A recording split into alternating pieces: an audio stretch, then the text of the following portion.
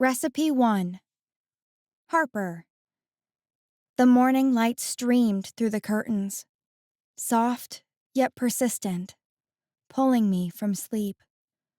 I turned my head and smiled at the sight of Ethan beside me, his chest rising and falling in peaceful rhythm. 5 years together, and still, I marveled at how deeply I loved him. I wanted to hold on to this moment forever. The warmth, the quiet, the promise of everything we had yet to build. But there was too much on my mind to stay still.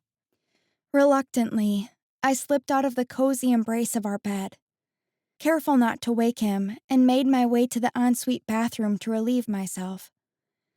As I washed my hands and glanced at myself in the mirror, I caught a flicker of something deeper in my reflection. Anticipation. Hope.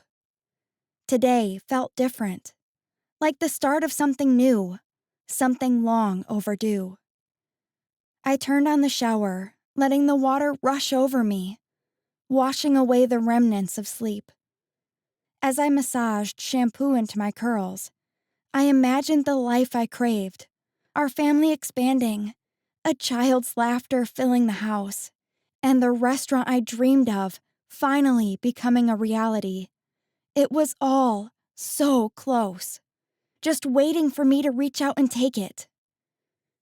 After drying off, I wrapped my hair in a towel and stood before my closet. Feeling refreshed and invigorated, my eyes landed on a simple green dress. I picked it up and it looked comfortable, and comfort matters. I descended the stairs, the soft thud of my sandals on the hardwood floor breaking the silence. I headed to the kitchen to prepare breakfast for Ethan and myself. The kitchen was still, but my thoughts buzzed with the excitement of the day ahead. As I cracked eggs into the pan and reached for the bacon, his familiar arms wrapped around me. His touch was warm, his morning breath tickling my ear. "Good morning, sweetheart," he murmured, his lips grazing my neck. "Something smells amazing." I turned in his arms, smiling up at him. "Good morning, babe. I made your favorite strawberry stuffed French toast." He grinned, his eyes twinkling as he kissed me again, and for a moment, I let myself forget the weight of everything. "You spoil me." "Always," I replied with a playful smile. As we ate, I reminded him, "We're having dinner with your parents tonight." He nodded, his mouth full of French toast, and I smiled at the simple cadence of our life. But beneath the surface, there was a hunger that only I could feel, a hunger for more. Once Ethan left for work, his final "love you more" lingering in the air, I stood alone in the kitchen, my hands gripping the counter. The house was quiet again. I would take the first step toward making them a reality. Motherhood, a successful restaurant, the perfect marriage. They were all within reach. I found myself moving on autopilot. I went to the bathroom, opened the drawer, and grabbed a pregnancy test.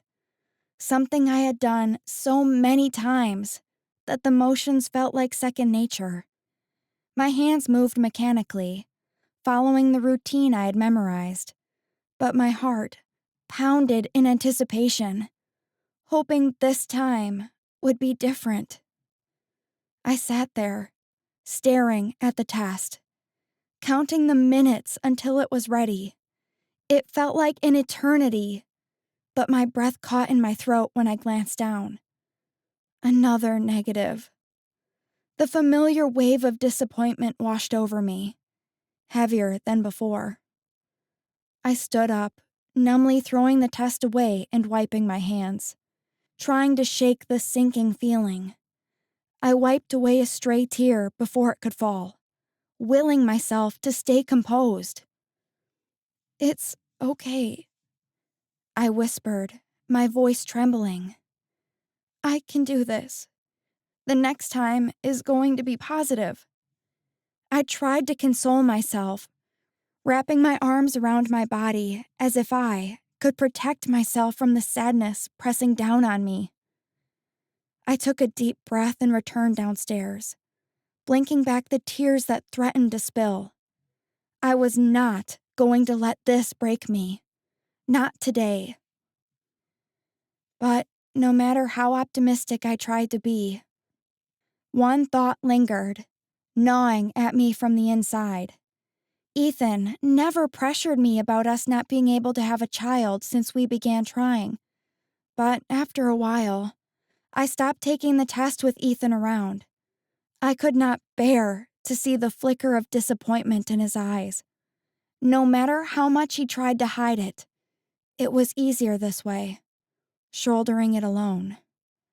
At least then, I did not have to pretend to be strong for both of us. It became my secret ritual, waiting until he left, then going through the motions quietly, numbly.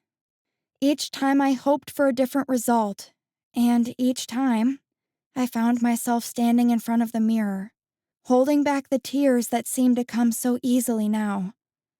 I have gone to doctors, and they confirmed I am fertile. They told me not to stress about it, but how could I not? Lately, I had been considering the medical route, IVF, fertility treatments, anything to increase our chances. If we do not conceive by our anniversary, I plan to suggest it. I need to try all possible options. Isn't being a good wife about being able to bear children for my husband? My mother did it. His mother did it. And so did my late Grandma Annie. They were all strong, nurturing women who built families. Why couldn't I? These thoughts, heavy yet unavoidable, lingered in my mind as I stood in the empty kitchen. Today, I told myself, I would focus on today, and everything else would fall into place eventually. It had to.